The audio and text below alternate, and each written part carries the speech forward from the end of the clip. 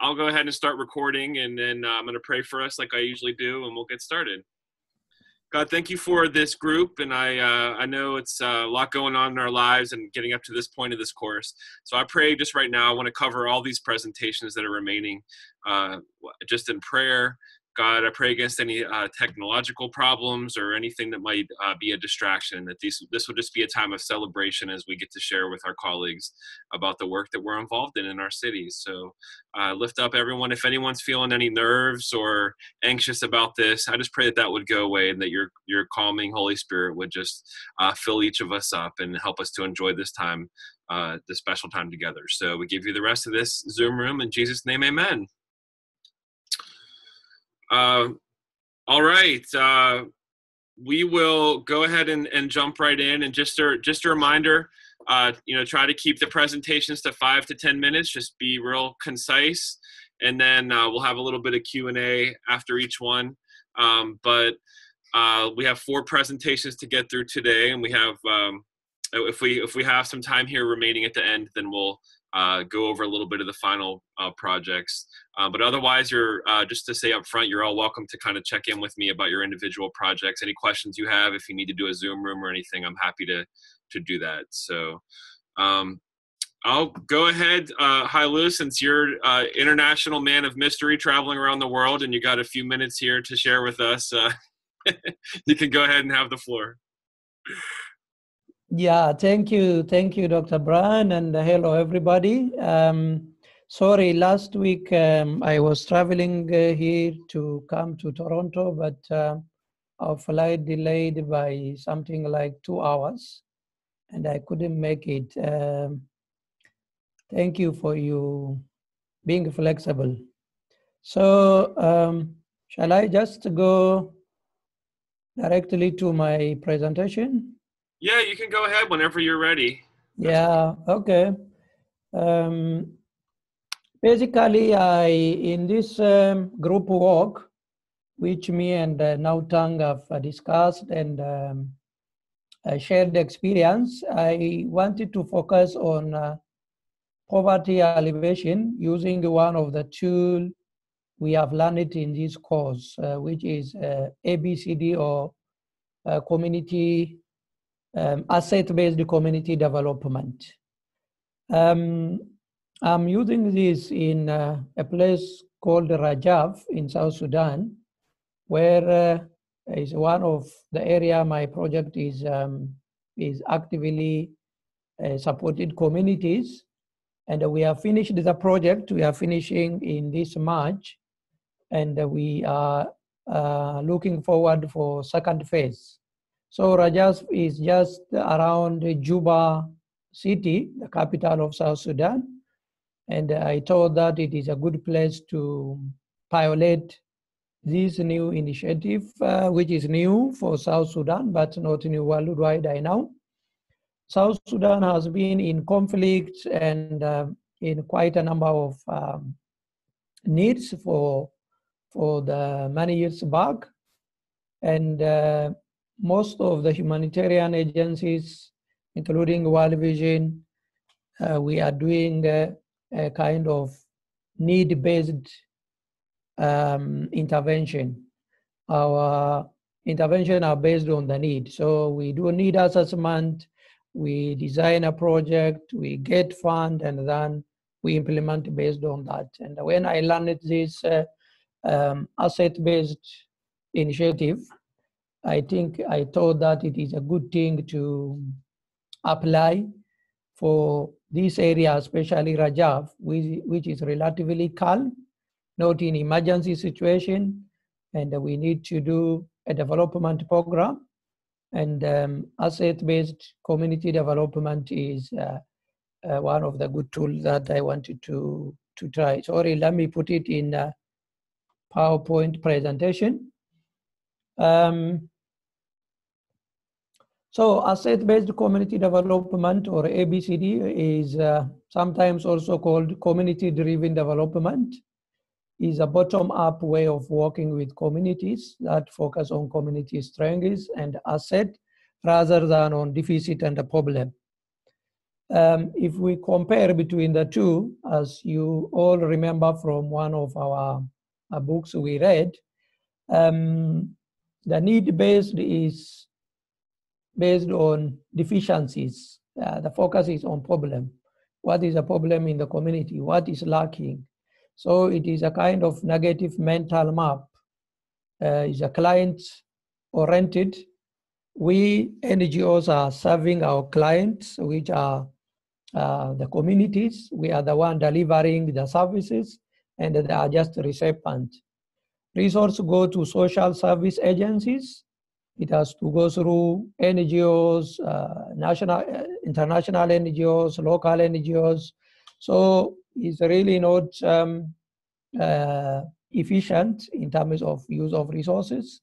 It undermines local leadership because the majority of the role are being played by the external agencies. It creates dependency, as we see mostly in South Sudan, separates communities, and it is from outside in. The helpers, the support is coming from outside, as compared to the ABCD, which focuses on capacities, assets, dreams, and strengths within the community. What are God-given capacities and assets that the community has? There is no community in this world which has no gifts given from God. And it also focuses on optimistic mental map. What is good, what is working well there. And it is encourages participation of the citizens. It minimizes bureaucracies. Most of the resources will reach the community, build local leadership. The communities are taking their things up, and they map their development direction. So it empowers the community, and also it builds connection. It starts from inside and it goes out. Some of the good things about asset-based community development is it begins with what the communities, individuals have, as I mentioned, can be sustained without funding grants. Grants are still may be important, but it is not the major role, because most of the resources have to come from within. It builds leadership, builds internal connection. It is not about them, it's about us. The community and outsiders will get a good relationship and a good connection. Issues and the solution defined holistically as they are experienced. Self-sufficiency empowerment as compared to the other approach, which creates dependency. So it's really about participation and the full contribution of everyone, which considers everyone is important, to mobilize its gifts and creativity and relationship driven, focusing on solution than the problems. It has been proved more successful in areas where it has been implemented.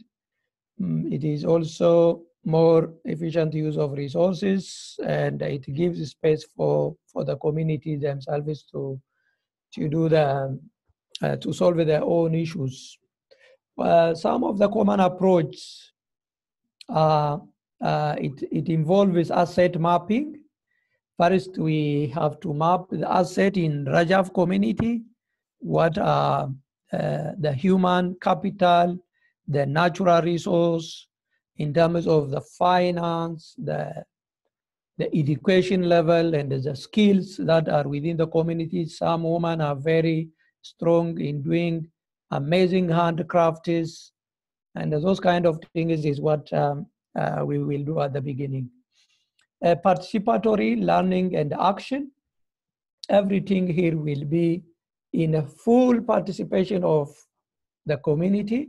Yes, we do in need-based also, we talk about participation, but it is really not participation as an end, it is participation as a means.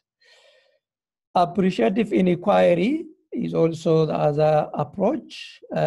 What has worked well in the past? How has this community withstood all the hardship the country has passed through? What methodology did they use? What coping mechanism do they have in the time of disaster, or in the time of famine, in the time of conflict? So these are the things I would like to use. Just to summarize why ABCD for World Vision South Sudan intervention. World Vision South Sudan has been implementing various relief and rehabilitation projects since 1989. It has been with South Sudan communities for so long. Its approach is dominated by, of course, need-based, as I said, and this has created dependency. Wherever I traveled in South Sudan and interacted with the communities, I noticed that the communities are waiting for World Vision to do everything for them. Bring us a school, build us health facilities, give us seeds and the tools, and those kind of things. So even if we do, the demand is still there, and they are expecting us to do everything instead of putting the resources together and addressing some of the issues. So I feel that this is a good opportunity to bring this initiative also for World Vision to see this as one of the tools to improve its service delivery in such a way that the intervention will be sustainable.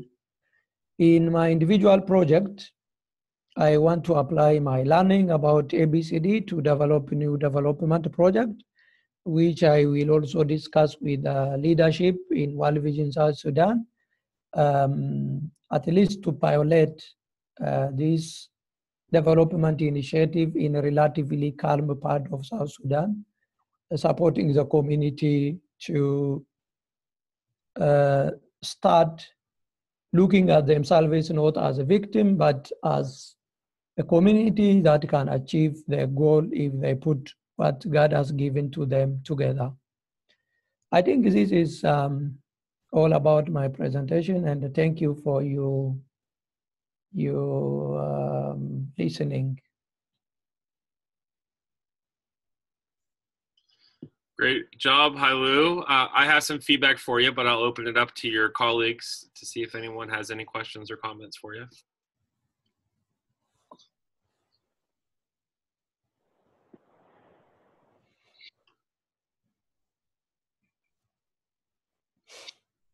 All right, we're not going to let them off that easy, everybody. Come on.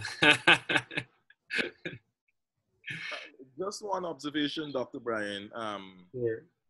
I have noticed that I like the idea of the methods that Hailu has decided to use, in the sense that he's operating from the premise that the people or the community, they are not in a state of not having anything. They're not in a state of nothingness.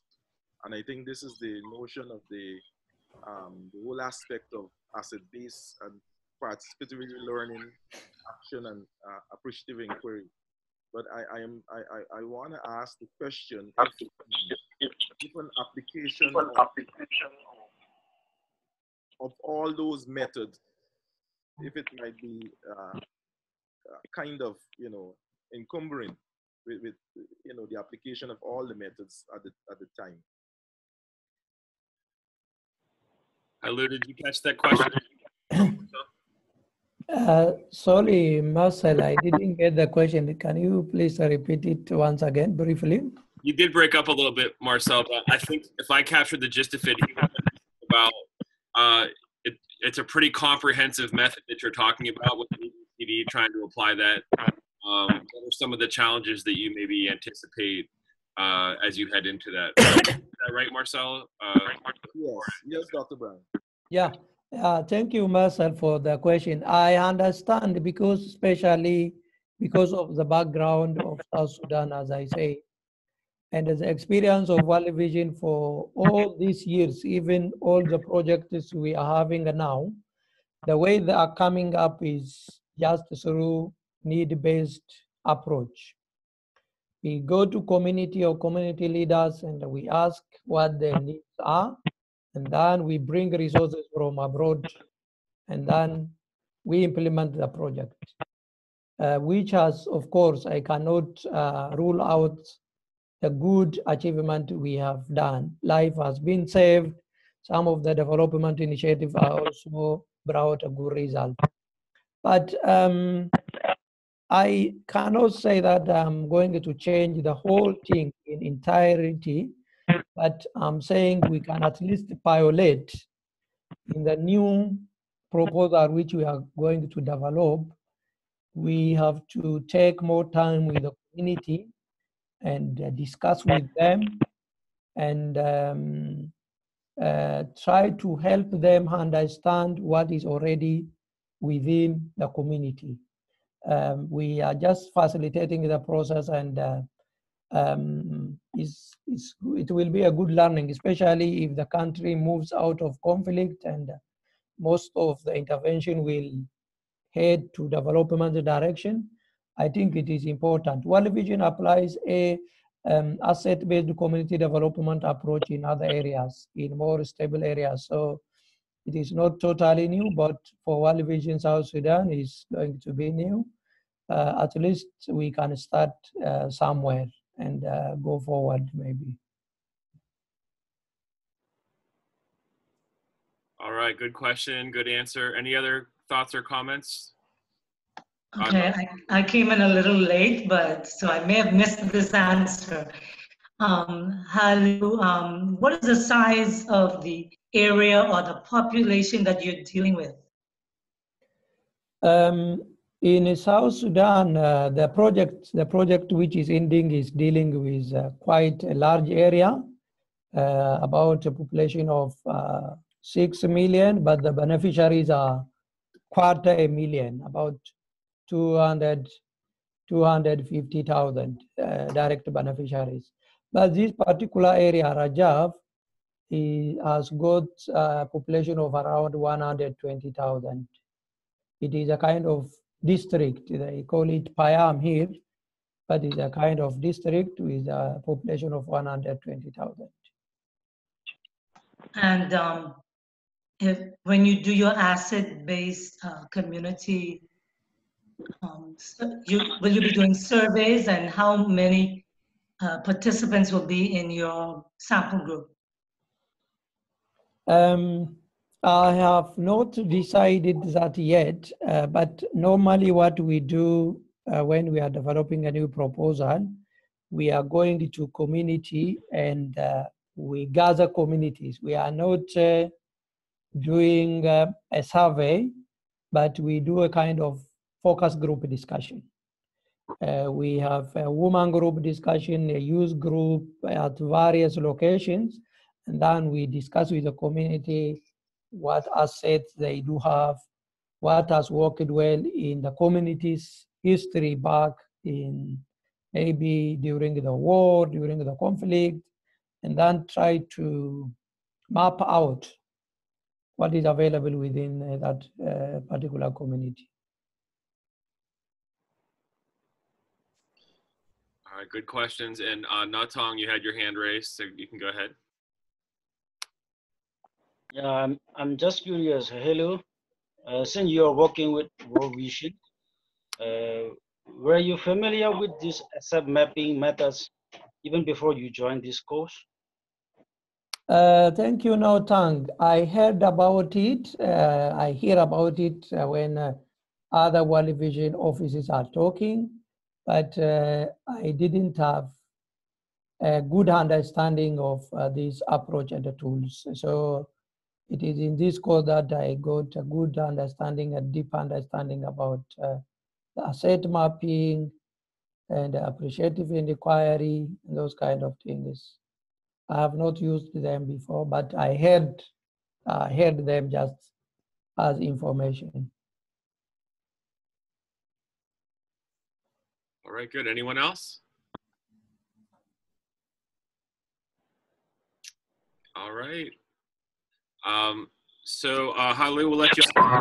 hot seat. I enjoyed your presentation. One of the things is you made some pretty complicated concepts that we learned in the class relatively simple and user friendly in your presentation. And so I think if you stay with that tone with your organization and share it that way, I think it'll go over really well, hopefully. And just an encouragement, this is what we do at BGU, is all of you are already excellent leaders where you are, and you're just taking this degree to go to the next level. And so I would just encourage you, I can't think of a more complex context than South Sudan globally. And but I feel like you really grasped all of the theories that we discussed, and I'm looking forward to seeing how you apply them. And hopefully we can share your research and your findings globally once you head down this path. And so anyways, good job on your presentation though for today. Thank you so much. Thank you all. And I know that you stepped out of a meeting there in Toronto to join us. So if you want to stay on and listen in on some, you're welcome to, or I'll be posting the recording up to Populi, so you can listen later if you'd like to. But I'll leave it. Yeah, I would love to continue, but we have to rush to meet our donor, Government of Canada, who has funded our project. I will listen to the record. Thank you all, and have a good day. All right, Hailu. Thank you. Good job. You're welcome. Bye. All right. In terms of really, we have 3 presentations left. So Summer, are you in a position to go next, and then we'll save Marcia and Margot for the end here. So okay. Okay. Let me share.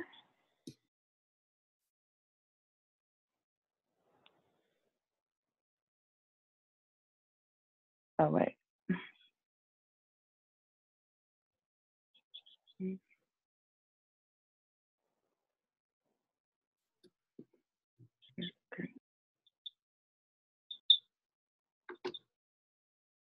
Okay. Okay. Can you all see that? I'm not too sure how it. Yep, it looks great. Okay.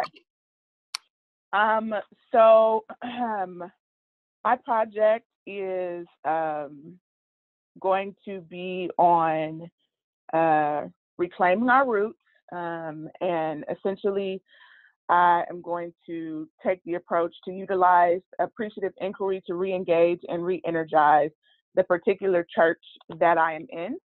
I kind of mentioned and talked about the church a little bit in some of my conversations, you know, just in class, but I'll give a bit more context here. So let's see.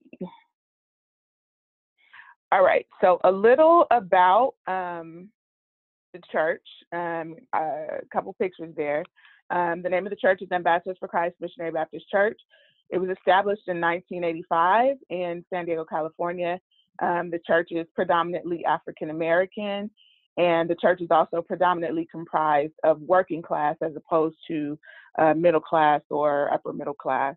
And the church really has sort of a foundation of longtime members and families, so people who have been involved and members of the church really since the inception, and sort of their family members, their children, their grandchildren. And then one of the things that as of late has been a challenge is that the demographics of the area have changed quite a bit. And another sort of piece of context is that the church really is a church, though it's smaller, it really is a church that has embodied the spirit of giving. And whether that be, which is a blessing, but whether that be sort of monetarily or even in the form of providing resources, you know, drives, clothing drives, food drives, etc. And then another benefit right now is we're in a position where actually in April, so next month, we will be paying our last mortgage payment. So the church actually has 2 pieces of property. It's the sanctuary itself, and then there's a house or a parsonage on the property. And so after April, the church will have made her last mortgage payment, which is a total blessing given some of what I'm about to tell you now concerning the demographics of the area. So I mentioned just kind of the changing demographic of the area, and I want to kind of give you a bit of information about the area where the church is. So the church is in an area, the zip code is 92113, whereas back in the 60s and 70s, it used to primarily be more of an African-American community. The demographics have changed significantly over the last, I would say, couple of decades. And now the demographic has sort of shifted. And this particular area is approximately 75% or so Latino, Chicano, or Hispanic, and approximately 12 or 13% African-American. The average household income in this area is about $25,000 a year versus California's average of about $72,000 a year. What do you call it? The consumer index, or the, what people in this area are paying for goods and services, is at 136% versus the 100% that is sort of normal, across the board. So most of the people, obviously, in this area, much like the members of the church, are working class, and really, when you're looking at if your income is $25,000, before taxes, like you're really looking at a poverty class. About 56% or so of the residents in the area have high school diplomas. Only about 6% of the residents in the area have gone to college and have a bachelor's degree, and less than 1% or so of people in the area have a graduate degree. So just to kind of give, some context as to kind of what the area looks like and what's going on in the area, it really is a predominantly Latino Chicano area, and with sort of a sprinkle of African Americans. Interestingly enough, the percentage of African Americans in the state of California is about 6%, 6.5%.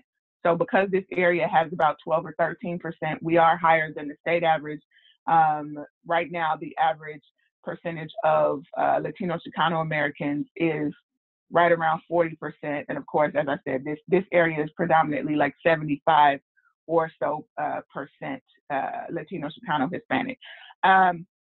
We are about 25 minutes from the border of Mexico, which of course would probably explain sort of, why the demographic is the way that it is, about 25 minutes or so, 20 miles, if you will. So just to kind of give some, some context, let's see. Next page. Okay. So again, my approach is to use appreciative inquiry to kind of look at how, as a church, we can re-engage and we can re-energize to be more effective, given now what's going on in our community, with the changes that have kind of taken place with the demographic that is in the community, as well as sort of the economic injustices and the disparities in this particular community. Appreciative inquiry is the process whereby, instead of doing like a SWOT analysis, if you will, where you look at strengths, weaknesses, etc., and Hailu kind of mentioned it as well, it is taking a look at the organization or the organism from an asset-based approach. And of course, my partner, she did an appreciative inquiry as well. But the first step is discovery. So you're appreciating what already goes on in the community, kind of celebrating the best of what is, taking a look at that. The next step would be to dream or envision what could be, and then design a process of co-constructing, so not from the paternalistic approach, but rather sort of the community coming together and co-constructing how they would like for us to look, or how, they'd like for the processes to look. And then destiny, looking at the ways that once the new design is created and we have our marching orders, how it can be sustained. And of course, the goal at the center of this would be to sort of orient, or I would say reorient ourselves for service, given sort of what's going on in the community, what's going on, political climate, what's going on economically, etc. Next page. So again, this is just another breakdown of appreciative inquiry to discover the questions that you kind of want to ask are like, what gives our organization or what gives our church life? What have we done well? What things have we, can we appreciate about what our community has done heretofore? And a couple of the things that I mentioned, like getting out of debt, sort of having the spirit of giving and being willing to give, not necessarily knowing at this point now who or what we should be focused on. I think that those are definitely things to be appreciated. Given, again, what I said about the working class community that's in the church and the community that's around the church, like to be able to say that we are debt free is definitely a blessing. Dream. So we're envisioning the future. So what is God's calling for us? We're envisioning our impact given all of what's going on in our community and the community that we serve. And then design. This is the co-construction process. We're planning and designing the envisioned future that we see in our dream. And then, of course, destiny and deploy. So how are we able to kind of set this in motion and then sustain it? And some of the things that I looked at sort of in crafting the outline and kind of looking to where I was going to go, Hailu mentioned it as well, using When Helping Hurts to kind of look at the ways in which they talk about participatory learning and action models. And of course, AI or appreciative inquiry was one of those, to include asset-based mapping, which is sort of the first piece of appreciative inquiry. And then again, beginning with assets and not needs, again, as opposed to SWOT and looking at our opportunities, really focusing on our strengths and looking at, okay, let's begin with our asset-based mapping, obviously. Let's begin with what we do well, and then structure something from there. And then remembering that our focus should be on people and processes and not products and projects. So moving beyond like creating these little, okay, I'm gonna do a project for this and a product for that, but really taking to heart the people both inside the church and outside of the community and creating processes that will, again, be sustainable and be effective, not from what we talked about in this course, the paternalistic perspective, but rather a perspective that serves the community and engages the community. So we're not just coming in saying we're gonna do this, we're really getting the community engaged. And then lastly, guiding principles. So some of the things that, I'm looking at as I'm creating this project are not only some of what we found in our readings, but also, just some scripture. But a couple quotes here from When Helping Hurts, the task of God's people is rooted in Christ's mission. Simply stated, Jesus preached the good news of the kingdom in word and in deed, so the church must do the same. So it is our responsibility, obviously, to live the Great Commission and to, in word and deed, do what Jesus did, right? And then, of course, the scripture in Isaiah, which for me, I try to make a life mantra. And really, over the last several months, I've kind of really trying to move my church sort of in this direction of recognizing this, that, ideally, we should learn to do good, seek justice, help the oppressed, defend the cause of orphans, fight for the rights of widows. And then, of course, the scripture in Micah, which sort of undergirds and supports that. Know, O people, the Lord has told you what is good, and this is what he requires you to do what is right, to love mercy, and to walk humbly with your God. And then I took some pieces and looking at the geography of grace and, just consistently reminding myself, as well as kind of getting the parishioners oriented around this idea that scripture was written within the context of oppression and suffering, and that God used a minority voice to speak within the dominant culture. So a lot of times it can be intimidating when you're sort of going into a situation to positively affect change, and you can kind of think like, oh my gosh, what am I going to do? What can I do? I mentioned the demographics, so we're not rich, we're not, but really reminding, that really, and of course, Geography of Grace talks about it quite a bit, right? Looking at all of these things that Christ was, and all of the, an immigrant, a political refugee, and remembering that scripture was written sort of from that context, and that, we can kind of say in that regard, me too, and God can still use this, and we can, make change. And then, of course, in the book, they also talk about the incarnation is what unites what the world divides. So just kind of remembering that, and Christ was sort of the perfect example, and the Godhead, the triunity, the perfect example of unity, and the reminder that Christ came to sort of unite what we have, ironically tried so hard to divide. And then lastly, the church was founded based on this scripture. So the name of the church is Ambassadors, but remembering that we are Christ's ambassadors, and we are sort of always making the appeal of God, and it is our duty to make the appeal of God. And of course, ultimately, we want to win souls, but even before that, we want to be the hands, through which God serves, and the heart through which God loves, because the thing I think that so often we forget is before a person can even hear the gospel message, if their stomach is growling or if they're hungry, they're not going to be able to hear what I have to say until they eat, right? So looking at first meeting the need, which will show the Christ in us, and then we can move to a place of being able to lead and bring people to God or back to God. So that's it.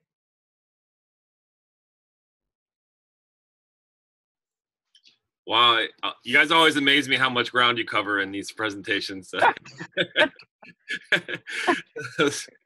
Great work. I'll go ahead and open it up here. Who has some questions or comments or feedback?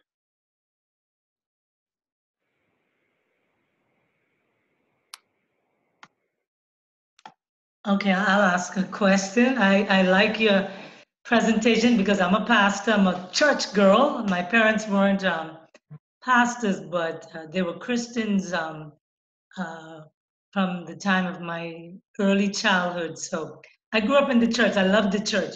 I value the church.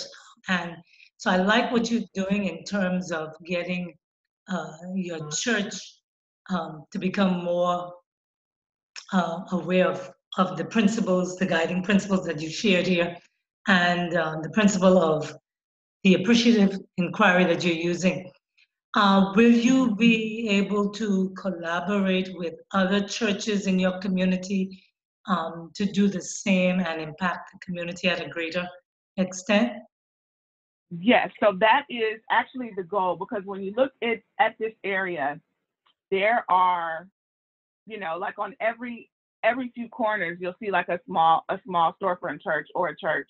And some of them are predominantly African American like ours, but a large majority of them are Latino Chicano. So they have Spanish speaking services, etc. And so the idea is that once we sort of get ourselves to a place where we understand that we are supposed to positively affect the community that we serve, we are really looking to partner with some of the churches in the area to ensure that we are helping serve. And so instead of recreating sort of something that at present we are unable to do, if we partnered with a church, there's a church near us that is predominantly Latino Chicano. If we partner with them to see how can we work together, you can learn from us, we can learn from you, to kind of, get our block, our neighborhood. There's also a church across the street from us. We are planning like a block party. And we're hoping to execute this block party in the fall of this year, like before school starts. So, just to kind of start getting to that place of like coalition building in the community. I just wish to add to Margot's comment. I think the observation that you've made, it's a very critical observation. I've seen the pastors cluster, and I know that Dr. Brian might be familiar with that, the pastors cluster in Fresno. Many times we try to implement programs from an individual standpoint, and we don't make the kind of impact that we want to make if we had adopted a collective approach. So it's a good comment, and I like the response, Summer. The thing is that you have to start somewhere, and I believe over time, though, we need to make that connection if we're going to make the impact that we need to make, because simply put, one church can't really make a significant impact in the city as I see it. Thank you. Thank you. Nathan, did you have anything that you wanted to add? You're good? Okay. So some are some of my thoughts. You know, as you were sharing, especially towards the end there, I was just thinking how for 1,000 years Christendom was centered in basically Western white men in Europe and then in America, and how our theology and all of our stuff kind of went out to the rest of the country and the world. And now we're alive at a time where there's this huge seismic demographic shift in Christianity around the world, and also you know, a lot of voices like yours being elevated, and especially in the United States, you know, it's not going to be as easy as, even though some churches are still growing by some like white pastor in skinny jeans, you know, standing up there giving a great talk. Most, you know, 80% of the churches in the U.S. are either declining or stagnant, and so we're going to have a different approach to reaching people here in the U.S. cities. And I feel like what you're working through right now with your congregation is a great gift to other churches and pastors in the U.S. and will actually be a gift back to the white church, you know, in terms of multi-ethnic approaches and changing demographics of a neighborhood, which is like pretty ironic. But just wanted to encourage you with that, as I could sense your confidence kind of coming through as you were sharing, like, yeah, I can do this. But not only can your church do it, but if you write about it or apply best practices, it's really going to be a great gift nationally and globally to the church. So, you know, appreciate that. And that's probably kind of true for all the perspectives in the course, but that was just really kind of coming out as you shared. So I'm really glad that you're helping to lead the church in that direction, and excited to see where it all leads. So, and good work on your presentation. I liked the photos and the slides. Thank you. All right. So you can go rest now and hang out, and we'll put the next group on group 2, Marcel and Margot. I'm sure you've probably talked about who you'd like to go first, but I'll turn the floor over to you. Thank you, Dr. Brian.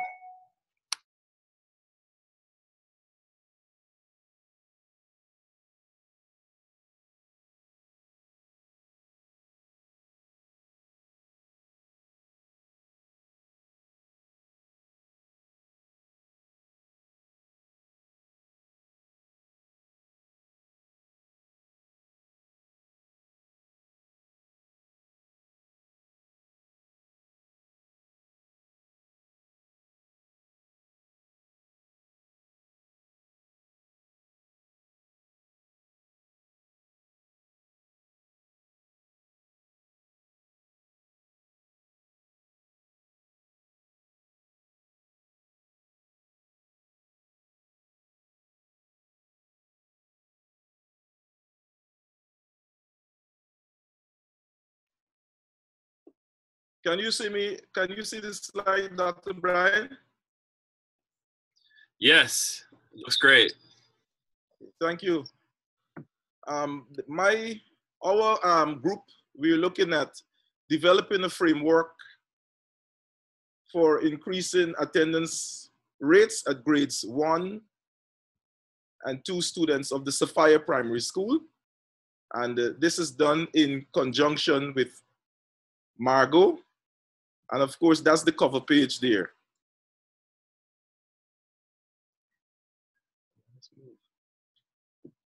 I began with a little quote there, class. Education is the key to opportunity. It's a ticket out of poverty. And that quote is taken from George Bush, as we could see on the screen there.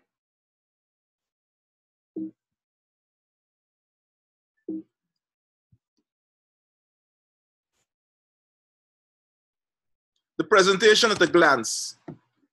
I'll give a little introduction, then I'll talk about the scope of the project, the assumptions, the methodology, proposed solutions, indicators for measuring success of solutions, then there'll be a conclusion, and then the reference. Now, if we could go to the background of the community that I'm talking about, the Sophia Primary School is located in the southern part of the city of Georgetown. The southern part of the city has the poorest neighborhoods that has been regarded as the most neglected for approximately 20 years. So approximately 20 years, this particular community would have been regarded as being neglected. There's a general feeling that this community would have been neglected because of the people in the community not voting for a particular government of the day. And so in our context, sometimes you find that when persons are not favorable towards the government, sometimes the government in power may not look at your community because they do not view you as persons who are supporting them. This is a little diagram of the community, the Sophia community. As you can see, it is the south. It is located in the southern part of Georgetown. I have a diagram of the school. This is the school. It's a pretty big school. Lots of children are attending this school, but like I said, the community basically started as a squatting area that was later regularized by the government, and subsequently a school was built. A large section of the population are unemployed with minimal educational attainment. The students attending the school in the community are basically from poor families that may be in need of help. It is against this background I appreciate the notion that when it comes to grace, geography matters. And the good news involves reaching and touching lives of people in hard places. So basically, these people are from a poor area, and lots of times, you know, when you're poor, people don't look in your direction. But I believe that it is time that something is done so that the students will attend school and be able to break that cycle of poverty. And I'm particularly looking at the grades 1 because it's the foundational grade, and you find that when you, if you don't get things right at the foundational grade, obviously as you move on in life, you will not be able, the student will not be able to matriculate and therefore enjoy some degree of social mobility. So the students attending the school, they're from poor background. And like I said, when it comes to grace, geography matters. And that quotation was taken from Rock and Van Dyke, 2012. The scope of the project. The project will explore issues related to poor attendance rates of students at the foundational grades of the school, and like I said, grades 1 and 2. And it is hoped that a framework will be developed aimed at the amelioration of the conditions affecting students, hence improve attendance rates. Is hope that the framework will actually improve the attendance rates of the children that I am hoping to develop. Now, the assumptions. Research demonstrates that the lack of attendance was statistically significant in explaining why students receive poor grades. And we could see that reference is being made by Kerr and Park, 1990, page 105. This is taken from a journal. And so this project therefore proceeds on the assumption that a positive turnaround in the attendance rates of students will help them navigate away from the trap of poverty. It is believed that students will be better positioned to matriculate and enjoy some degree of social mobility, like I said earlier. It is also assumed that all stakeholders, including students, parents, and teachers, will work together for a collective impact, which will manifest in a change in the status quo. Now, the methodology, I have several steps here in relation to the methodology, how I will approach this. Of course, I did say that I will use the school as a case study to see how I could impact the improvement of the attendance rates in this particular school at the lower grades. So what I propose to do is to get the names of students with poor attendance rates and extricate those names from the class register. And secondly, draw a sample of the parents and teachers from those particular grades. And so we will ask the questions related to why,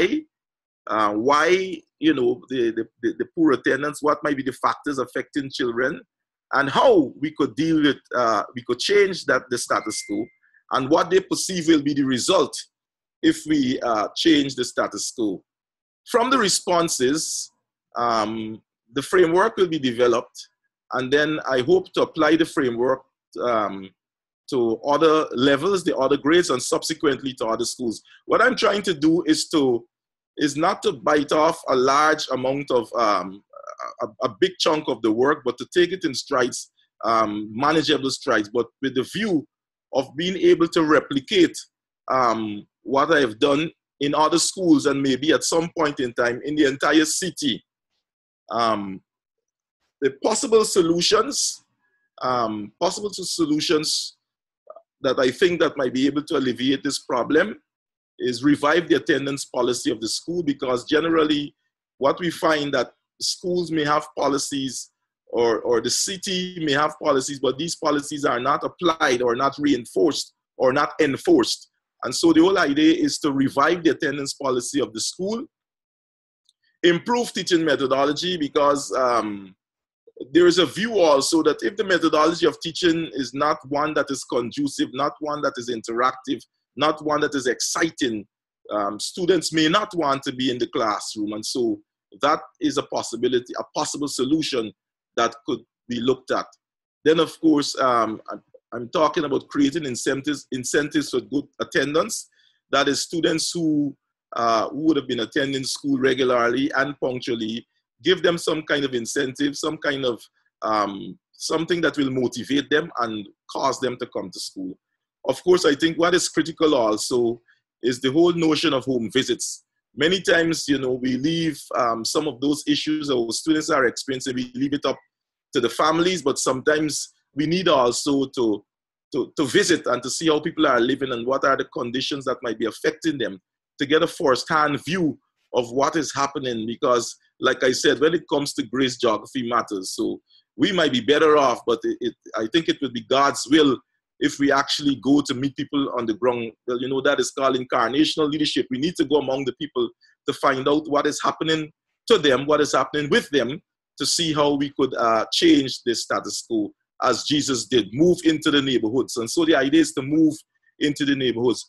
And the final possible solution I'm thinking of is that of an intervention and support for students. Some of these students, they might need shoes we don't know. They might need bags, they might need books, they might need a meal. Sometimes the parents can't afford to have those students go to school on a regular basis because of finances. So these are some of the solutions that could be explored even as we embark on this project. And of course, if you want to know if a project is working well, you just don't implement and leave it by itself to say, well, it's working. So I'm thinking that I would want to know if the project is working well. So I came up with some indicators for measuring the success of those solutions that we might want to employ. And one of the indicators I'm looking at is the number and percentage of students with improved grades. Because if we're saying that these solutions are working, we want to see what impact the solution may have in terms of the students' attendance, and also number and percentage of students with improved grades. So we're going to look for improved attendance and improved grades in terms of the students' performance. And so I have a conclusion there, and I know it's all about time. And it says, poverty is no one's destiny. And we personally believe that, because when we look at the whole notion of Corbett and Ficart and what they've said and what God expects of us to have dominion and so on, we recognize that it's no one's destiny to be in poverty. It is a trap that people find themselves in. And I believe that those persons are quite capable of being delivered from that trap if they're given the necessary assistance. So I believe it's an honor and a privilege for us to render this kind of assistance that persons need if we are really going to be incarnational leaders and transformational leaders. I believe we need to move in this direction, and it should be an honor and a privilege for us to move in that direction. And of course, there is the references that I've used in the brief outline. So that's my presentation. All right, let's open it up. Who has a comment or question?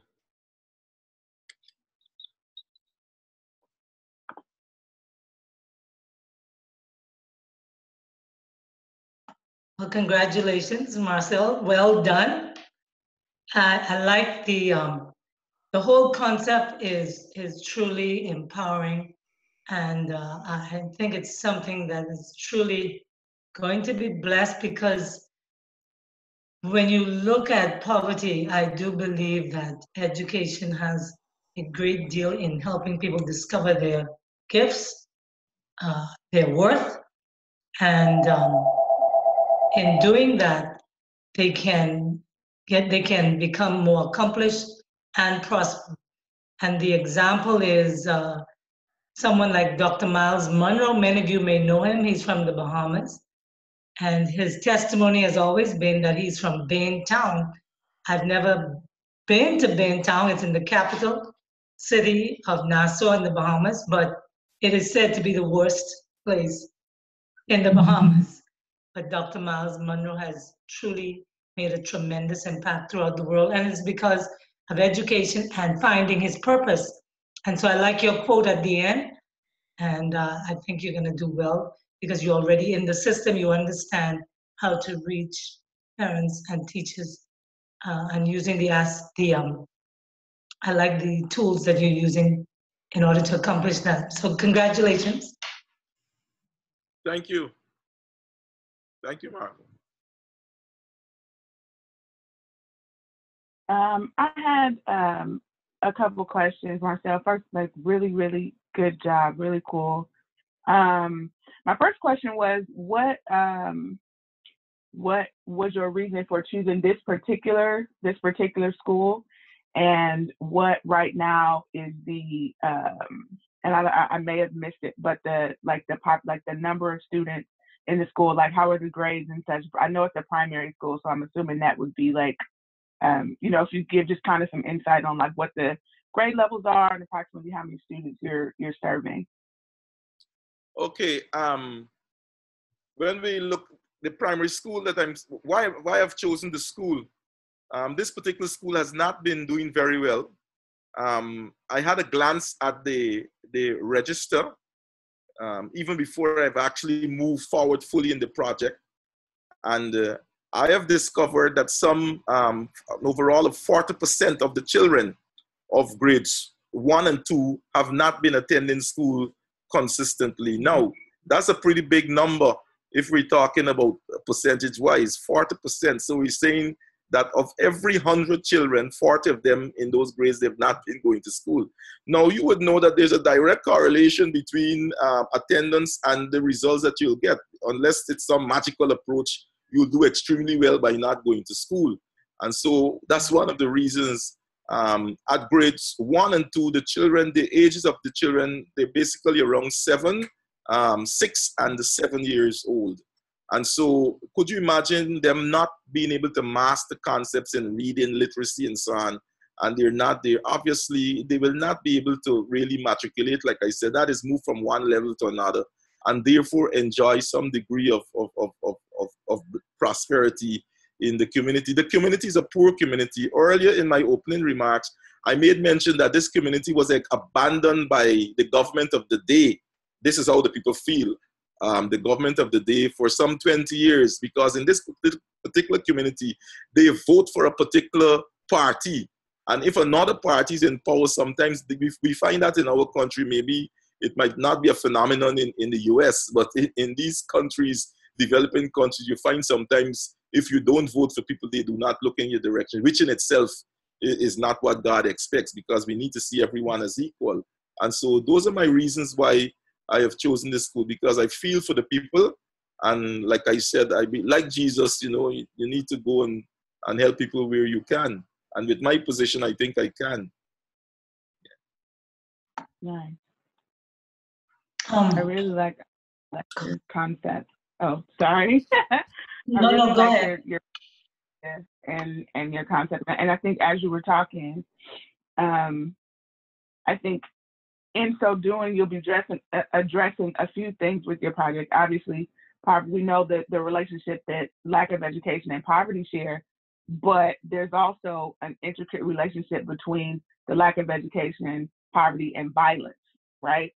So I think that, you'll also be able to kind of address that, because, I mean, here in the States, we see all the time where, if young people who live in a life, sort of affected by poverty extremely, usually research shows that they usually tend toward violence, right? And how violence is constructed or whatever. A lot of times it's, because of robbery or assault or whatever. But again, looking from not just a perspective of, oh, violence is wrong, but like if I'm hungry and I, because I'm unable to work because I have not had the proper training via schooling, I'm gonna go rob somebody because I'm hungry, right? And not to condone it, but so I think the project will address a lot of different things, and really sort of address this intimate relationship between not just education and poverty, but education, poverty,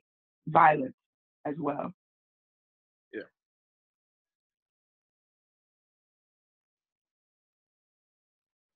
That's good. Margot, were you going to say something earlier? I know Marcel hasn't had the opportunity to do any interviews yet, through our discussions, but I'm just wondering if he has any idea why young kids are not coming to school because they are not working, or they're not working. So why aren't they available for school? I'm just wondering if there's any idea at this point what is holding them back from coming to school attendance. You're right, Margot, when you said that I've not done the interviews as yet. I've not had the caucus, but of course there is something called participant observation too, and observation and participant observation. But being an education officer, I understand in that community, and like I said earlier in the background, the persons in that community, they have little educational attainment. That's one, and also they are poor, and some of you are quite right, because in that particular area, there's a direct correlation between education and how you think and how you operate. It's a community where you find lots of fights and violence also, because obviously, the training is not there. People may not know better. But those are some of the things that I have observed. But then, observation is one thing, but when you get to the aspect where you actually hear from people and visit people, you begin to see other things, other variables operating too. And so, but as I could see it from a distance, it would appear to me that there's an issue in terms of finance, and there's an issue in terms of education. And obviously, if my father and mother don't value education, maybe I will be brought up along those lines. So those are the things that I could see immediately in terms of observation.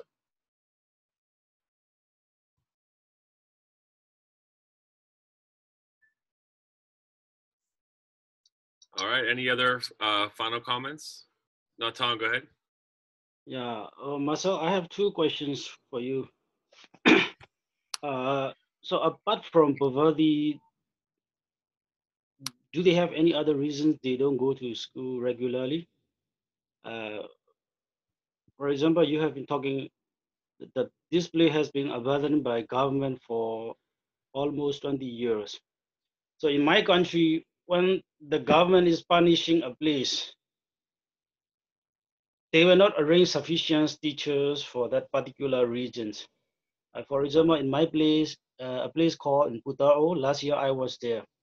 So I visited one school, and there are about 100 students, but there are just 2 teachers, and both of them are from a very far place, and they cannot travel there. Just to travel there, they have to spend a lot of money, but the government would not arrange for the necessary money. So in that case, the kids, they want to go and they want to have education, but there's no teachers.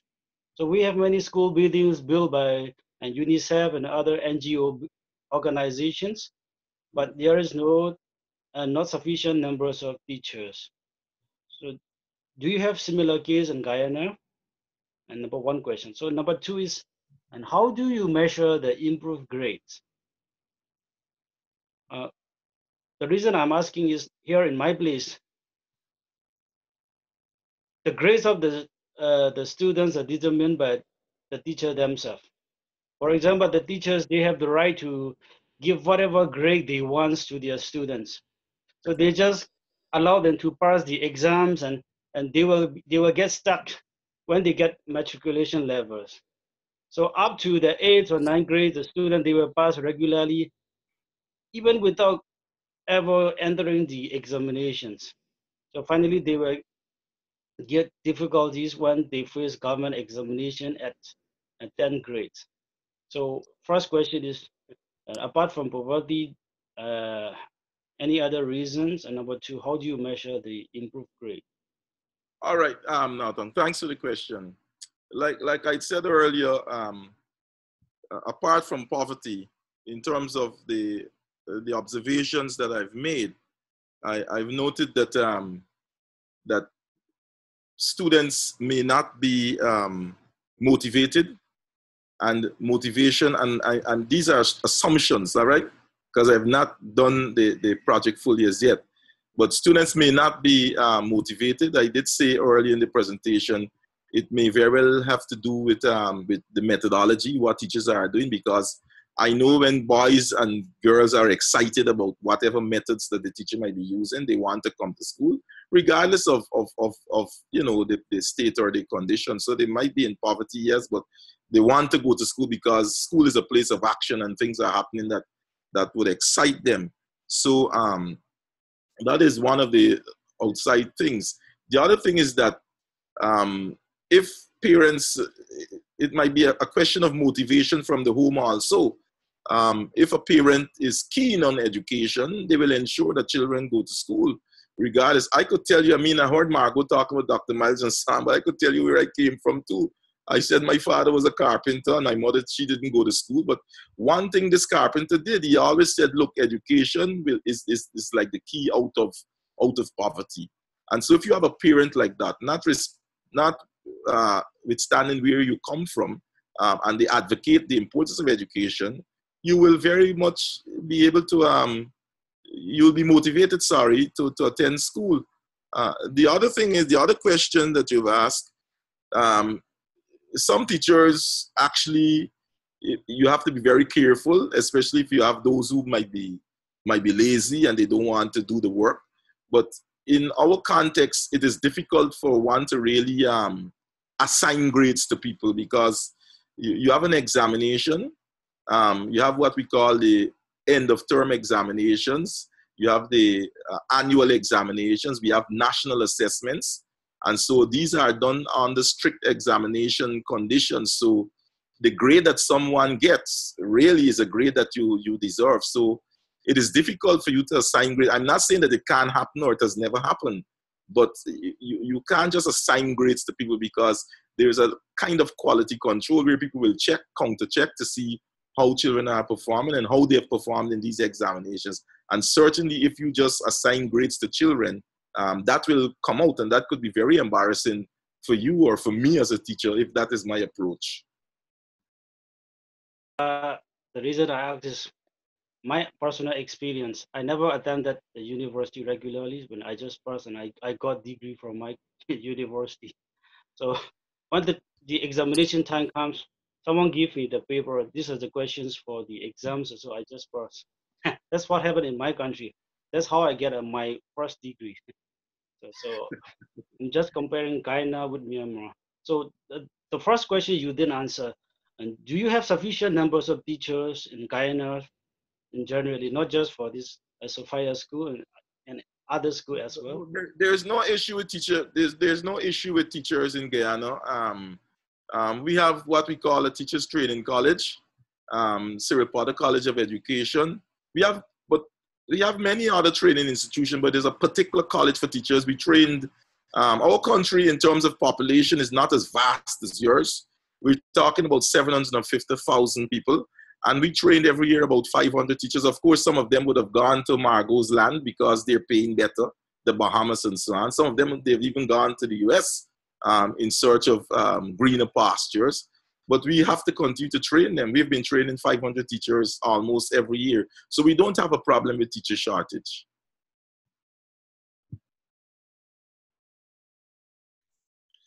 All right, that was a fascinating discussion there. Any final comments or thoughts? All right. You know, as I was listening in on that conversation, one of the things we've been talking about in this course is the invisible tool belt that transformational leaders carry around.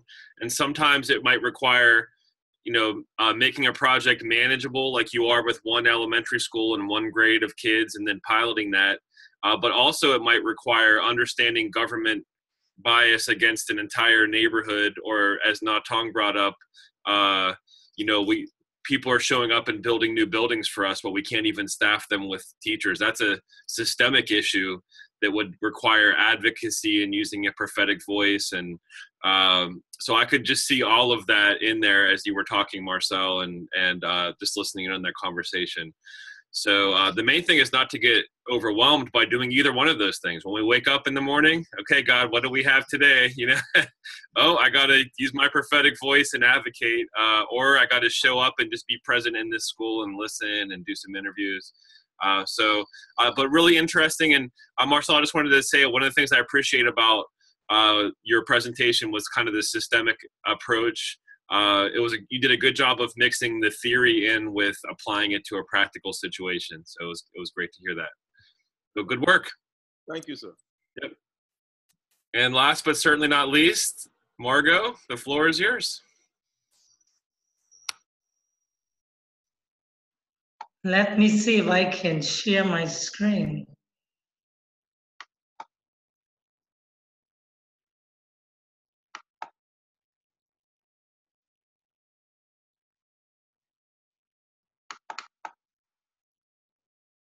Did it come through? Yeah, we can see it. It's not in slideshow mode yet, but we can see your screen. It looks great. Should I put it on like, okay. It's up to you, whatever's easiest. If you want to just, oh, there you go. Looks okay, this is my first time using this Zoom sharing. Nice job. Okay, well, good morning. And the presentation before me was just awesome. I hope I can live up to their quality there. But it's been great. Today I'm sharing about my project, which is alleviating poverty in the community of Coral Gardens. And I had the wonderful opportunity of sharing my ideas with Marcel, who helped me to see more clearly what I was dealing with. And we talked about the different approaches that would be relevant. So I appreciate grouping with Marcel. I also used the opportunity to walk through my community by using one of my PLCs. I thought it would be more comfortable to walk a community with someone else. So my PLC, Marlena Nesbitt, came along with me, and that was very helpful. She helped me to see some of the needs and some of the hopes in the community. So this whole project will be facilitated by a proposed project, which is the long-term result of alleviating poverty in this community. And I will be developing a social enterprise called the Freeport Transformational Center. Now, I am in the Bahamas, and the Bahamas has 700 islands and keys. And so there are problems on some islands that I'll never see because we are separated by water. Like I mentioned earlier, Dr. Miles Monroe is from New Providence, where the capital is Nassau. And you'll see that's right in the middle of our country. That's a centrally located island. I am Grand Bahama Island. If you look off the coast of Florida, Grand Bahama Island is just a 20-minute jet flight from Fort Lauderdale into Grand Bahama Island. And Grand Bahama Island is 90 miles long. The most developed area is called Freeport. If you look to the right of the PowerPoint, Freeport is more centrally located. East and west of Freeport, you'll have settlements that are more indigenous than Freeport, because those settlements would be more than 300 years old, maybe even 500 years old. But Freeport is only about 60 years old. It's a modern city. It was developed by an American financier called Wallace Groves. So the area that I will be working with is called Coral Gardens. It's a very small community. Well, let me explain. Grand Bahama Island in total, we're looking at 40,000 people. It's a small population. The entire population of the Bahamas is about 300,000. And so we're looking at only about 40,000 on our island. In the community of Coral Gardens, we're looking at only about 700 residents. Okay, signs of hope in Coral Gardens. We have apartment complexes that are, it's a multi-family community. Freeport is zoned, so you can't, everything is zoned and kind of tailored so that it's well planned. So Coral Gardens is a multi-family community. There are 2-story apartment complexes in Coral Gardens that house 5 families to each complex. So the apartment complex, signs of hope, first of all, there are apartment complexes that are under renovations. There's a well-lit park. The park is also well equipped with a basketball court, kids activities area like swings, slides, seesaws. There are children playing in the park. There are children playing in the community. The neighbors, there are some neighbors that maintain their buildings and the landscaping very well. Very few, but there are some. There's a Bible club that one family is participating in. Sorry, there are church outreaches and there are police walkabouts. So this is a picture of some of the renovations going on, the kind of structures that are in this Coral Garden area. They're well built, but a lot of them are not in the best condition. But this one is getting ready for renovation. This is another one under renovation. Now, wait until you see the others. This is the park. It's a well-built park. It was built by the local government. The basketball, sorry, the basketball court is well done. Proper equipment there, walkways. The play area for the kids, they're in good condition. And at nights, they can have night play with the lighting that's available, and it is fenced in. So it's a secure area for the kids and families in the community. These are some of the homes that are fully occupied and well maintained by the building owners, the landlord owners. So they're well kept, the yards are well maintained, and the buildings are fenced in and secure.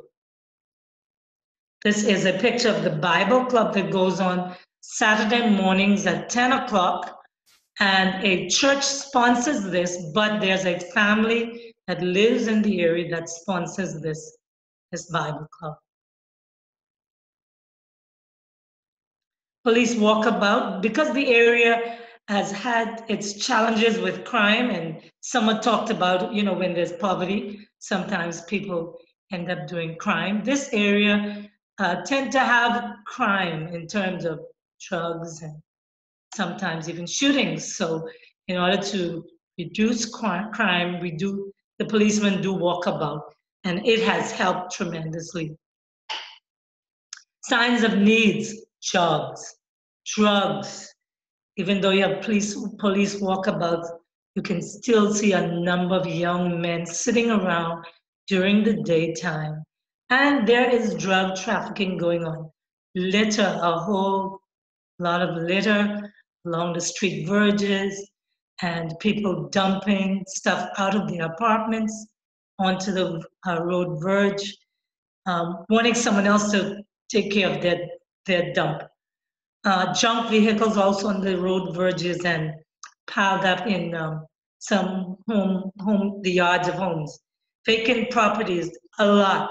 There are about 25 complexes in this area, 25 5-bedroom, 5 apartment complexes, and the majority of them are vacant. Violence, I talked about, there's been shootings in the area. Park, there's some repairs needed for the park. There's damage to the slide, one of the slides, and a number of the swings are broken. And animal control, there's a need for that. This is a picture of what happened about 3 weeks ago when the government decided to do a job fair. Over 5,000 people from the surrounding area of Freeport showed up at this job fair. It was more than they can handle. So there's definitely a need for jobs. Now let's look at the needs for litter and dump control. Marcel talked about how sometimes the poor does not get attention. And, you know, even though Freeport is well managed, this is a very small area where poverty is accelerating. And because it's such a small area, and there are small pockets, there's one other small pocket, maybe 1 or 2 other small pockets in the city where this kind of thing happens. And because it's small populations of poverty, it gets overlooked. The city management that's responsible for cleaning up, dumping, grab trucks, and litter collection tend to not do their job in these areas because maybe the homeowners aren't paying the fees, the property management fees, and so they just neglect these areas. But you see the dumping that's taking place right outside of the doors of occupied places and vacant places. Vehicles are dumped, old appliances, old furniture. It's a real problem.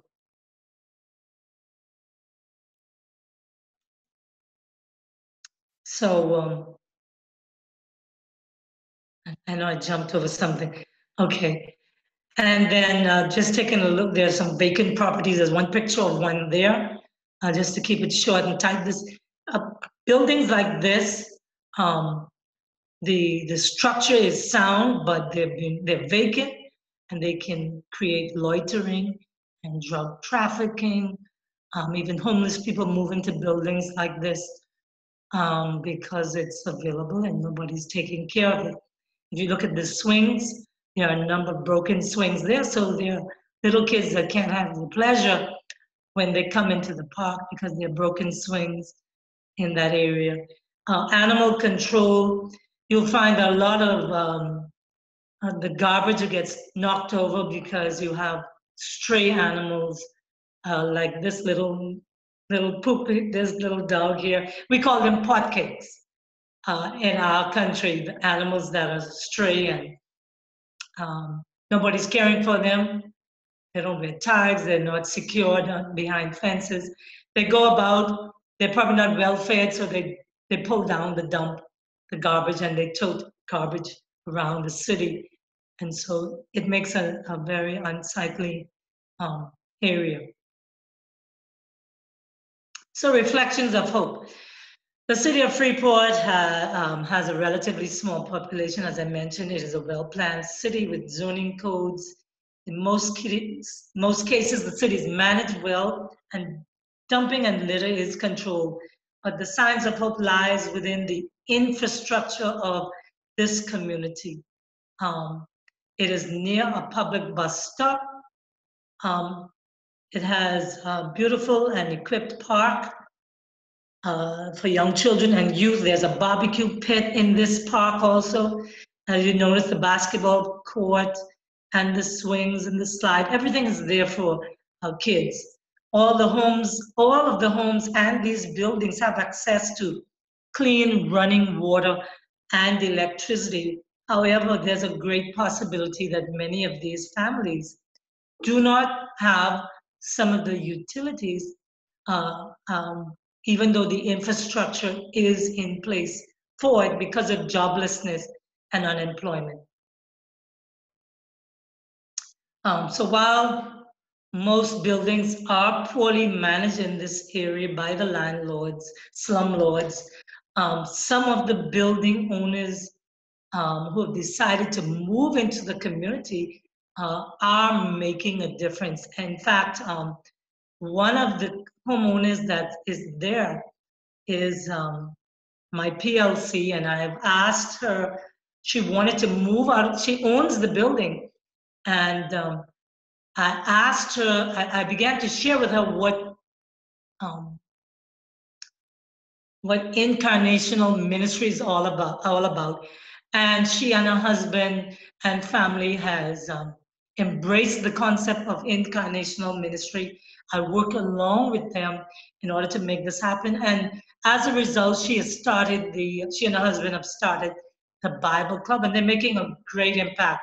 They've also began to work with the community to do cleanup campaigns, to partner with different corporate groups in order to have grab trucks sponsored to come in and collect this debris. This has happened at least once. We have to come up with a system that's more consistent, but also that involves stewardship. Reflections of needs, there are small sections, as I mentioned, in the city where poverty exists, and the poor has no money to pay these property taxes that help to maintain the area. And, not having the area well kept, I believe, lowers human dignity, creates more problems with people forgetting how to maintain the area and to be a good example for the children. There are so many children in this area. There are at least about 150 kids living in this area out of 700 residents. The needs that exist is not overwhelming as far as I can tell, because it is small scale. In most cases, increased employment can make a difference. Drug trafficking exists and attract the unemployed youth. The highest rate of unemployment exists among youth 15 to 25 years old. And this is a problem because 50% of the Bahamas population is under 50. We're a very young nation. My calling in this context, encourage Christians living here. I believe that my calling is in it's calling-based leadership. And so a lot of times I'm able to sit with people and ask them, what are your gifts? If there's no job, then let's look inside and find out what it is that you can do. And then begin to create work from your gifts and talents. And so I believe that using asset-based community development is going to be the best approach. That is the approach that I will be using because there are a great many assets in this community. We see that there are vacant buildings and there are capable young people who have been to school. Many of the young people may not have graduated from high school. That's something we will discover once we begin mapping out what are the assets in the community in terms of education. We know what buildings are available. We know the park is available. Buildings can be owned for libraries. They can be owned for transitional homes, counseling centers, or homework centers. But the assets, I do believe, also exist among the young people. I believe that these young people have gifts and talents that they can use to create work when jobs are not available. So the ABCD program, the asset-based community development tool that I will be using to develop this area, to take them out of poverty. The whole idea is to get people to stop waiting for the magic. Freeport has been built, basically, it's been called the Magic City because it developed so quickly with foreign investors coming in and creating jobs. But as the hurricanes came and damaged so many of the hotels, many of these foreign investors left. And they left buildings, they left hotels, they created a lot of eyesores with these large structures they put in place, and they left with insurance funds after the hurricanes damaged their properties. And so Freeport was called the Magic City. And now that these foreign investors have left, jobs have also gone away. And people who've been dependent on this paternalistic approach, you know, those big companies normally use paternalism. They create jobs and benefits for people in order for them to stay on these jobs. But when these jobs and these industries collapse, people are so dependent on that type of system, they don't know what to do. And so using the ABCD approach and calling-based leadership, I'm hoping to be able to empower people to not wait for jobs, not wait for the government, because nothing is going to just arrive magically. They must create work based on their experiences, based on their talents, based on the culture that we have involved, based on the assets that are available. Because God never leaves anyone or any place empty. We all have gifts and talents.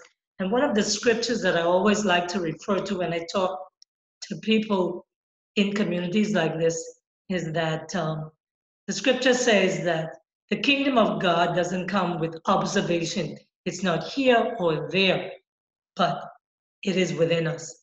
And so I believe that every individual has something that can create sustainable income for them when there's no employment.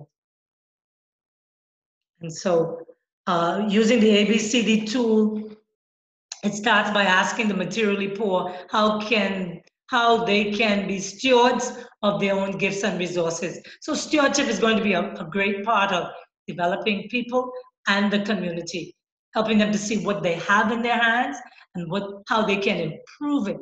So we're going to identify and mobilize the capabilities, the skills, and resources of individuals and within the community. We'll see poor people and the community as full of possibilities given to them by God.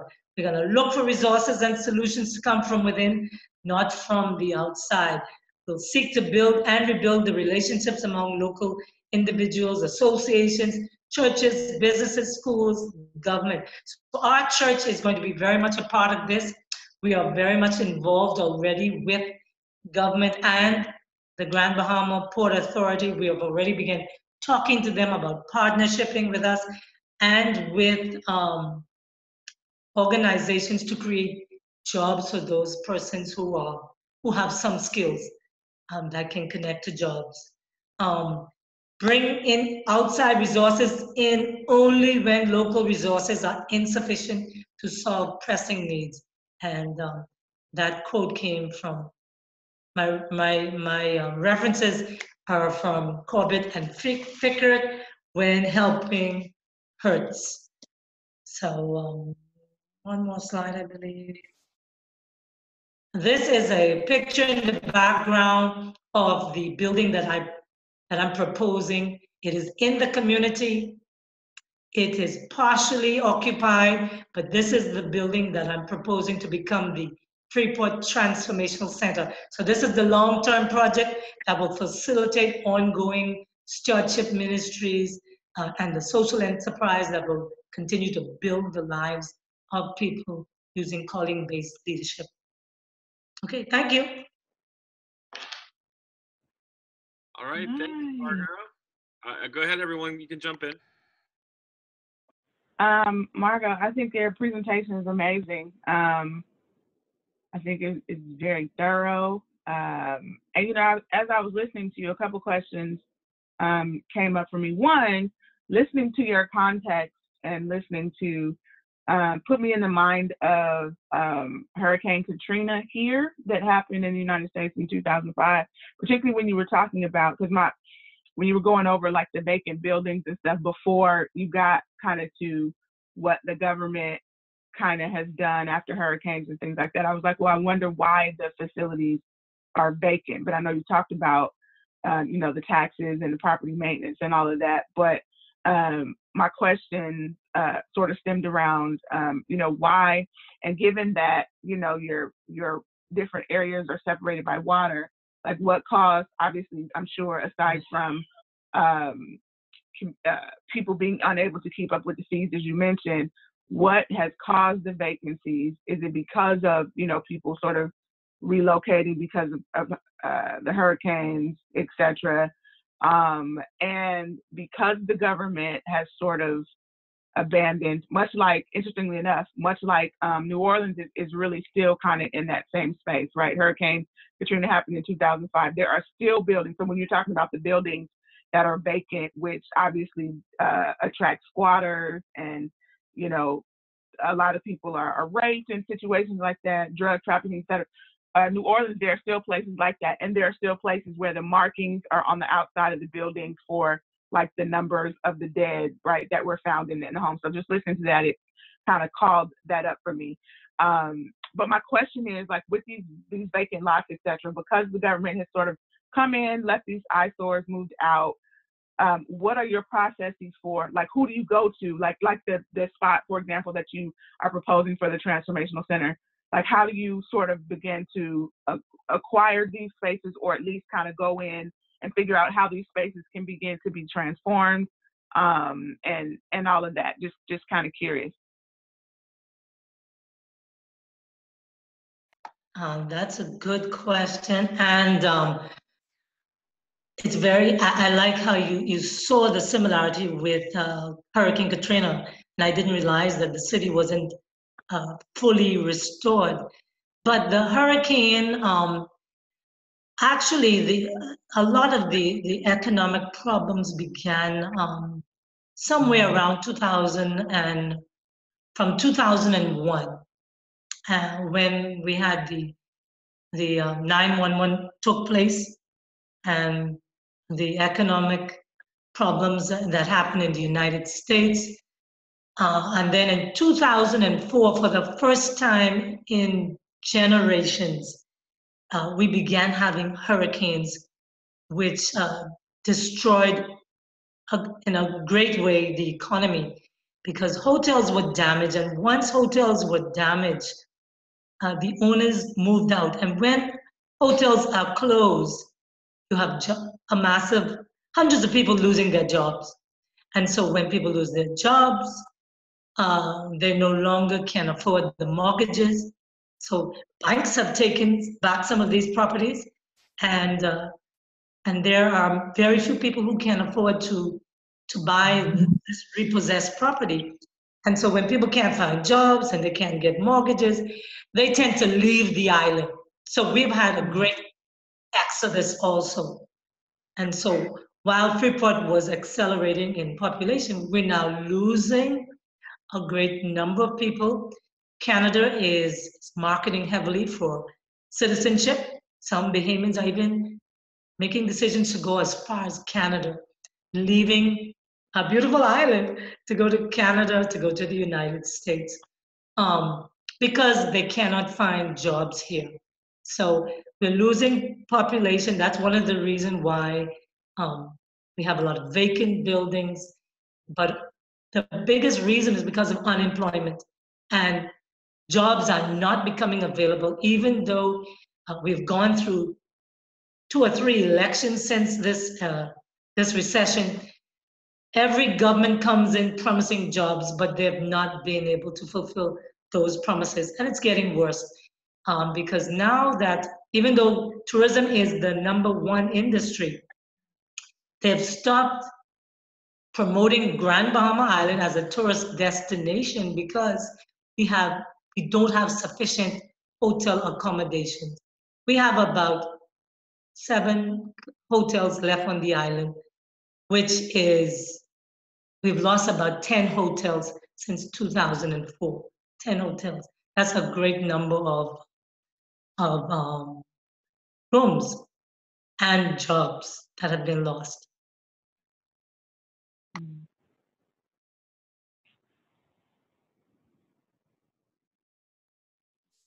It's good. Any good question, good answer.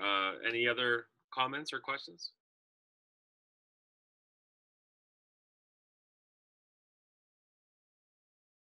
Oh, you're muted, Marcel. I just would like to add, very good presentation, Margot.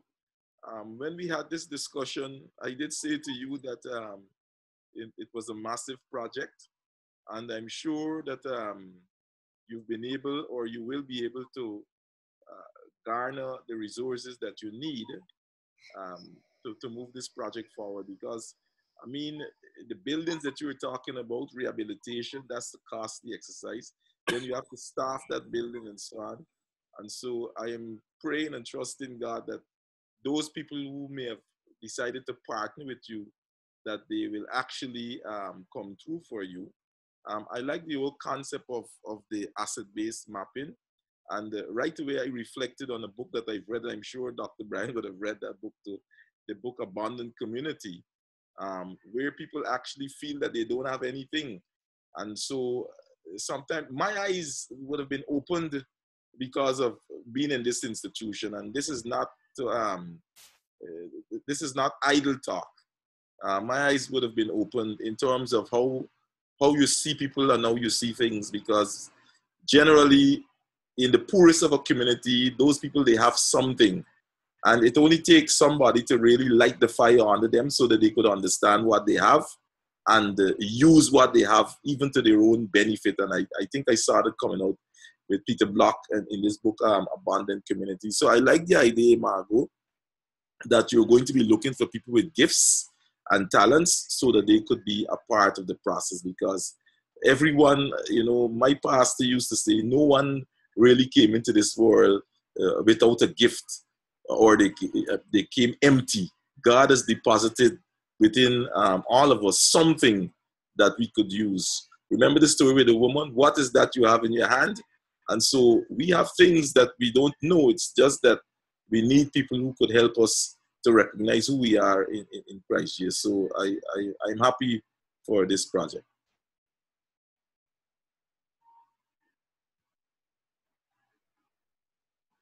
I'm sorry, I know I spoke already. I wanted to say one more thing. Margot, I'd be interested in keeping in contact with you as you're sort of going through this process, because I would love to come. I've been to the Bahamas a couple times, but when you mentioned sort of after 2004 and things changing, I have not been, like the times that I've gone were before that. And so it would be, for me, it would be interesting to see kind of how, and again, because there's sort of like what you were saying, there's this correlation between, in my head, the Katrina and what some of the things that you mentioned in your country. So I would love to keep in contact with you, and as you're kind of long-term kind of going through this process, figure out how, once or frequently, like I can maybe come and kind of help with, some of the work that you do. I'd love to be able to, because for whatever reason, I have this affinity. I wish I were Bahamian, just so you know. I just wish I were. You can come and help. Come on down. I appreciate the offer. We will stay in touch. Margot, maybe we need to all join you together and help. Oh, I have lots of friends from Guyana here, teachers, just as you said in your presentation. Natong, are you in for that too? Can jump in on the project? Margot, I have a questions. So, in your opinions, what should the government do to improve the economy? So, they are just incapable, or they are just willingly not doing things to improve the economy? I believe the government is making the mistake of believing that the people, they've been doing the wrong thing in terms of bringing foreign investors, bringing groups that borrowing money and just doing things for the people. So just as we've learned in this course, they have not appreciated the gifts, the talents, the value of their own people. And so we found that the government they have invested in others instead of investing in their people. And so if the government invests in something, well, of course, like the Transformational Center, where it will also become an incubator to help young Bahamians start up new industries and new businesses. If the government can invest in something like this, we can have long-standing businesses with Bahamians who will stay instead of something that could become short-term because when the economy changes, someone wants to leave. So I do believe that the government is making the mistake of not investing locally, doing things the same old way that they did decades ago. I believe there was a time when we needed the outside investment, but now is the time for us to become better stewards of what we already have and build on the infrastructure. We have the best infrastructure on Grand Bahama Island, and you can find in most parts of this region. But we're not the best stewards of what we have already. So I hope I answered that. All right. Well, I'll bring us in for a landing here. Margot, great work on your presentation as well. Such a joy to hear from everybody.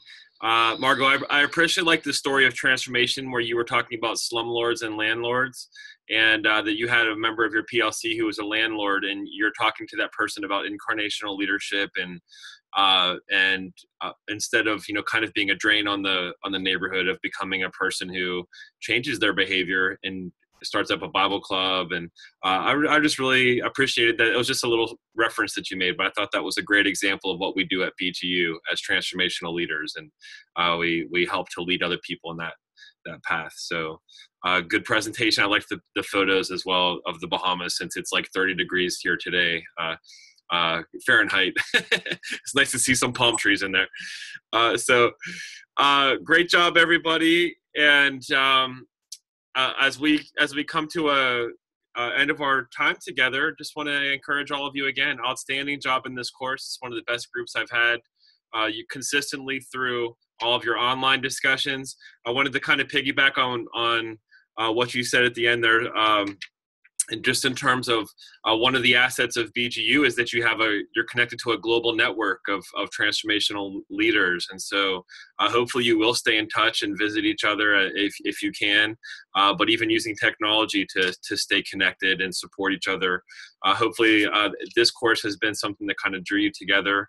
I'm still, even yesterday, I was interacting with a colleague of mine that I went through the BGU program with. We first met in 2009, and we're doing some work together. So I hope you will stay connected. And in terms of your individual projects, I'm sure all of you, based on your group presentations, are going to be great with your individual projects. Just a reminder, get your stack of books in front of you, or if you have Kindle, make sure you have your Kindle open and make sure you're just incorporating those quotes from the authors to back up what you're trying to say with your writing. So I want to hear lots of your words and lots of your ideas, but also want to see you incorporate the perspectives of the different authors that we heard from in the course. So I think you'll do really well. And if you have any questions, just feel free. Actually, right after this, I'm doing a Zoom room with one of the students from my other course just to talk through his individual project a little bit. So if you have any questions, feel free to email me or contact me, and we can get that situated for you. So any other last questions or comments? All right. Well, it was so great getting to know all of you. I can't wait to read through your final documents And I'll go ahead and close us in prayer.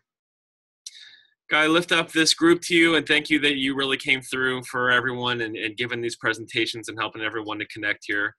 Such an inspiring thing to hear, God, about how you work through each of us in our own unique environments and to learn about these different countries and cities.